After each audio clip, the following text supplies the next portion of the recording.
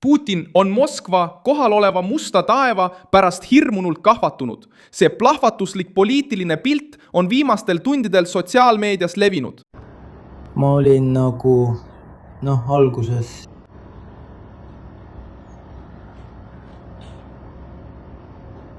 Kait, mis praktiliselt ei liigu. Annab. Horisont on sinine ja meie kohal on kate. Vaata, seal on tüüpiline kuu. Nägi uidi.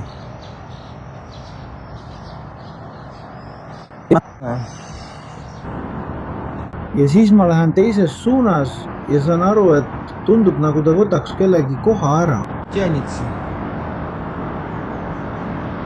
Võib-olla tõesti midagi nii tõsist paistab silma. Ma ei tea, sõbrad. Aga see tundub imelik. 2026. aasta 18. juuli varahommikul lendas hiiglaslik laine Ukraina droone üle mitme Venemaa piirkonna. See tabas Wildberrysi logistikakeskusi Kotovskis, Tambovi piirkonnas ja Elektrostalis Moskva piirkonnas. Lisaks põhjustas see tulekahju naftabaasis Noginskis. Venemaa ise väitis, et on 19 piirkonna kohal alla tulistanud 379 drooni. Krimm on okupeeritud ning samuti alad Musta mere ja Aasovi mere ääres. Nendest seadmetest 64 olevat suundunud Moskva poole. Kõige surmavam rünnak toimus Kotovskis. 7 öövahetuse töötajad hukkus ja 25 sai vigastada pärast seda, kui droonid tabasid Wildberrysi logistikakeskust, teatas piirkonna kuberner Jevgeni Pervašov.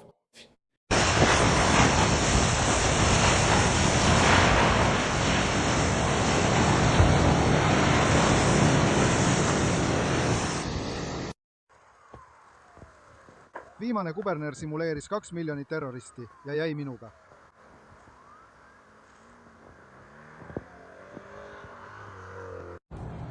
Yes.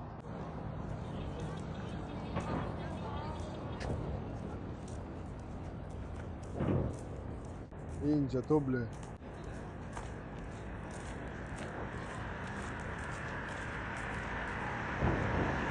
Jäädus. Plus. Jäädus. Umbes 8 paiku kukkus droon murule, vennad.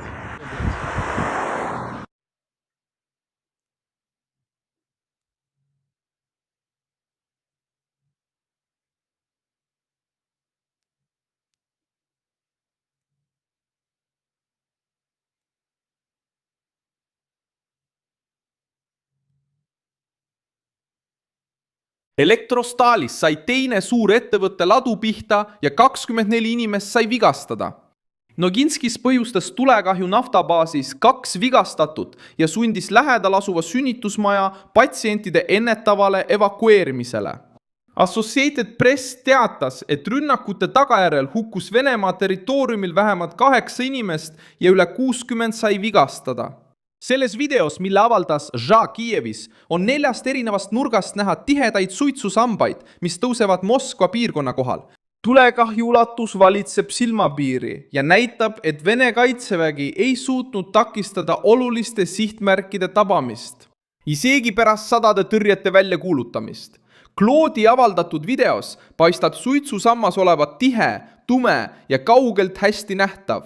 Salvestis, mille avaldas profiil Little Think Tank, näitab suitsulennuki aknast vaadatuna. See on märk sellest, et tulekahju saavutas raskesti varjatava ulatuse. Raske varjata sellist ulatust. Louis Duclos avaldatud pilt näitab, kuidas tuli levib üle suure osa Elektrostali logistikakompleksist. Avalduses nimetatakse seda kohta keskuseks, kus hoitakse droonide osi, mida kasutatakse Ukraina linnade ründamiseks. Selle seose võttis omaks Volodõmõr Zelenski. Ukraina president kinnitas, et 2 suurt logistikakeskust, üks Moskva piirkonnas ja teine Tambovis, kasutati sanktsioonide all olevate komponentide tarnimiseks, mõeldud droonide ja navigatsiooniseadmete tootmiseks. Zelenski sõnul asusid need kohad enam kui 500 ja peaaegu 700 kilomeetri kaugusel rindejoonest. See on põhjendus, mille Kiiev esitas, et käsitleda neid ladusid kui osa Venemaa sõjalisest infrastruktuurist. Zelenski ütles, et operatsioon oli vastus Venemaa rünnakutele Ukraina linnade, kogukondade ja tsiviilinfrastruktuuri vastu. Ta nimetas neid samme kaugele ulatuvateks sanktsioonideks. See on strateegia, mille eesmärk on tabada Venemaal seda, mis toetab relvatootmist, kütusetransporti ja varustuse liikumist. Pealetung tabas ka naftarajatisi, sõjalogistikas kasutatavaid laevu Mustal ja Aasovi merel, patrull-laeva ning olulist raudteesilda okupeeritud alal. Wildberrisi tulekahju põhjustas Venemaale tõsise operatiivse alanduse, sest sihtmärk ei asunud piiri lähedal. Elektrostal asub Moskva piirkonna tööstusvööndis, samal ajal kui Katovski paikneb Ukrainas 100 kilomeetrite kaugusel.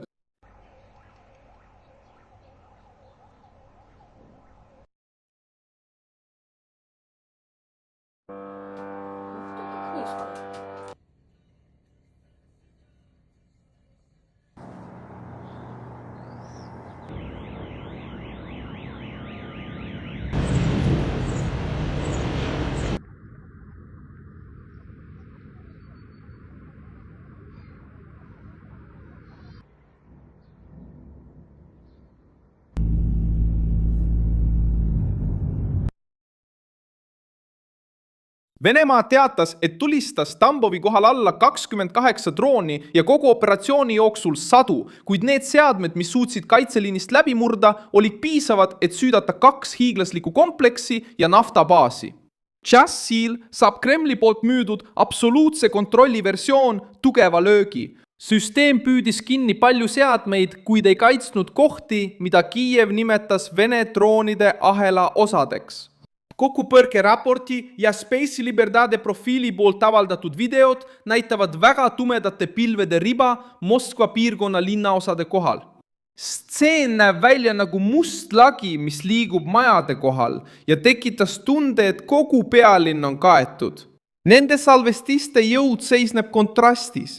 Samal ajal, kui Vene propaganda püüab näidata olukorda normaalsena, filmivad elanikud ähvardavad taevast ja plahvatusi, mis tabavad piirkondi, mis varem tundusid kaitstud. Selles videos, mille avaldas Mario Naufal, näitavad Vene kaadrid rünnakuid Ukraina kaubalaevade ja sadamarajatiste vastu Mustal merel. Seda tegevust esitleti vastulöögina Ukraina kampaaniale Vene laevanduse vastu. Avalduses mainitud üle 130 tabamuse saanud laeva arv erineb siiski allikate lõikes. Financial Timesi uurimine näitas, et 1. kuni 14. juulini rünnati 116 alust, sealhulgas naftatankereid, kaubalaevu ja abilaevu. Viimastel tundidel ründas Venemaa taas Ukraina sadamaid, kahjustas välismaiseid laevu ja tappis meeskonna liikmeid, laiendades nüüdseks kaubateid, eksporti ja kütust mõjutavat konflikti. See Vene vastulöök ei lahenda probleemi, mis on tekkinud nende enda territooriumil. Ukraina rünnakud rafineerimistehaste vastu on juba põhjustanud kütusepuudust, diislikütuse hinnatõusu ning raskusi Vene põllumeestel teravilja transportimisel ja müümisel.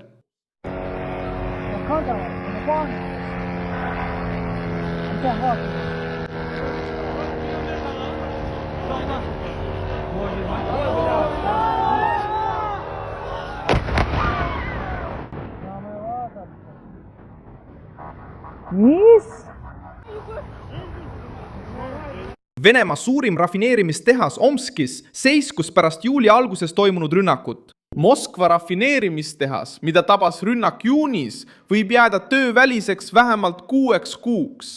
Nüüd suurendab Omskis puhkenud tulekahju survet energiasüsteemile, mis on juba kahjustuste ja kapkestuste tõttu häiritud. Wildberries on Venemaa suurim veebimüüja ja teenindab samuti miljoneid tavalisi tarbijaid. Seetõttu on tsiviiltöötajate surma tõsine tagajärg ja neid ei saa käsitleda lihtsalt tühise detailina. Kiiev väidab, et seda rajatist kasutati Vene sõjamasina varustamiseks, kuid asjaolu, et töötajad hukkusid, näitab, kuidas sõda on otseselt tunginud elanikkonna igapäevaellu. Kremli on aastaid rünnanud Ukraina linnu ja seisab nüüd silmitsi droonidega, mis jõuavad tema enda operatsiooni toetavatesse tööstuskeskustesse. Ukraina on jõudnud sügavale Venemaa territooriumile asuvate rajatisteni, sundides võime hädaabimeeskondi mobiliseerima ja paljastades puudujäägid Moskva poolt peaaegu läbitungimatuks peetavas kaitsesüsteemis.